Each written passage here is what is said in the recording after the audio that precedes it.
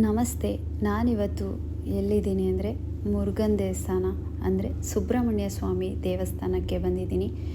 ಈ ದೇವಸ್ಥಾನ ಇರೋದು ಎಲ್ಲಿ ಅಂದರೆ ಬೆಟ್ಟದ ಮೇಲೆ ಈ ದೇವಸ್ಥಾನ ಇರೋದು. ತುಂಬಾ ಚೆನ್ನಾಗಿದೆ ದೇವಸ್ಥಾನ. ನೋಡೋಕ್ಕಂತೂ ಎರಡು ಕಣ್ಣು ಕೂಡ ಸಾಲ್ತಿರ್ಲಿಲ್ಲ. ಸುತ್ತಮುತ್ತ ದೊಡ್ಡ ದೊಡ್ಡ ಬೆಟ್ಟಗಳು ಮತ್ತು ಗಿಡ ಮರ, ಅದ್ರ ಮಧ್ಯ ಸುಬ್ರಹ್ಮಣ್ಯ ಸ್ವಾಮಿ ದೇವಸ್ಥಾನ. ಇಲ್ಲೆಲ್ಲ ಕರೆಯೋದು ಈ ದೇವಸ್ಥಾನದ ಹೆಸರು ಮರದ ಮಲೆ ಅಂತ. ನಾವು ಸೀದಾ ಕೆಳಗಡೆಯಿಂದ ನಡ್ಕೊಂಡು ಕೂಡ ಬರ್ಬೋದು. ತುಂಬಾ ದೂರ ಇದೆ, ಬಸ್ಸು ಇದೆ, ಕಾರಲ್ಲೂ ಕೂಡ ಬರ್ಬೋದು.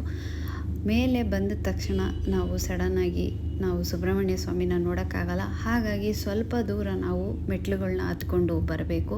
ಹಾಗೆ ನಾನು ಕೂಡ ಮೆಟ್ಲುಗಳನ್ನ ಹತ್ಕೊಂಡು ಬಂದಾಗ ಅಲ್ಲಿ ನೋಡಿದಾಗ ಎಷ್ಟು ಚೆನ್ನಾಗಿತ್ತು ಅಂದರೆ ಅದ್ಭುತವಾಗಿತ್ತು. ಗೋಪುರ ನೋಡೋಕ್ಕೆ ಎರಡು ಕಣ್ಣು ಸಾಲದು. ಸಿಕ್ಕಾಪಟ್ಟೆ ರಶ್ ಇರುತ್ತೆ, ಕಾಲಿಡೋಕ್ಕೂ ಕೂಡ ಜಾಗ ಇರಲ್ಲ ಅಂತ ಹೇಳ್ತಾಯಿದ್ರು.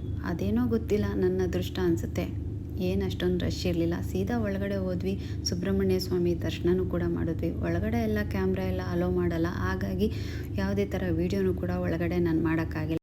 ಸುಬ್ರಹ್ಮಣ್ಯ ಸ್ವಾಮಿ ದೇವರ ದರ್ಶನನೂ ಕೂಡ ಆಯಿತು. ಮೂಲ ದೇವರು ಇಲ್ಲಿ ಉದ್ಭವ ಆಗಿರೋದಂತೆ. ತುಂಬಾ ಪವರ್ಫುಲ್ ಅಂತ ತುಂಬ ಜನ ಅಲ್ಲಿ ಹೇಳ್ತಾಯಿದ್ರು. ನನಗಂತೂ ತುಂಬ ಚೆನ್ನಾಗಿ ದರ್ಶನನೂ ಕೂಡ ಆಯಿತು.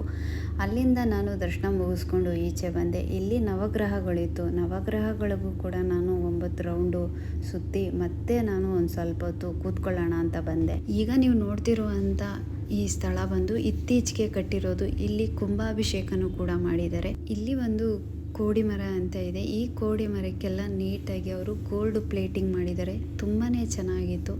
ನಾನು ಮತ್ತೆ ಹೋಗಿ ಸುಬ್ರಹ್ಮಣ್ಯ ಸ್ವಾಮಿ ದರ್ಶನನೂ ಕೂಡ ಮಾಡ್ಕೊಂಡು ಬಂದೆ. ಏನೋ ಒಂಥರ ನೆಮ್ಮದಿ ಅನಿಸ್ತಾ ಇತ್ತು. ತುಂಬಾ ಚೆನ್ನಾಗಿತ್ತು. ನೋಡ್ತಾ ಇದ್ದರೆ ಇಲ್ಲೇ ಇರಬೇಕು ಅಂತಲೂ ಕೂಡ ಅನಿಸ್ತಾ ಇತ್ತು. ಅಷ್ಟು ಚೆನ್ನಾಗಿತ್ತು. ಅದು ಬೆಟ್ಟದ ಮೇಲೆ ಇರುವಂಥ ಸುಬ್ರಹ್ಮಣ್ಯ ಸ್ವಾಮಿ ದೇವಸ್ಥಾನ. ದರ್ಶನ ಅಂತೂ ತುಂಬ ಚೆನ್ನಾಗಾಯಿತು. ಮಳೆ ಬೇರೆ ಬರ್ತಾಯಿತ್ತು. ಹೊರಡೋಣ ಅಂತೇಳಿ ಹೊರಟ್ವಿ. ಮರದ ಮಲೈ ಸುಬ್ರಹ್ಮಣ್ಯ ಸ್ವಾಮಿ ಎಲ್ಲರಿಗೂ ಒಳ್ಳೇದು ಮಾಡಲಿ ಅಂತ ನಾನು ಬೇಡ್ಕೊತೀನಿ.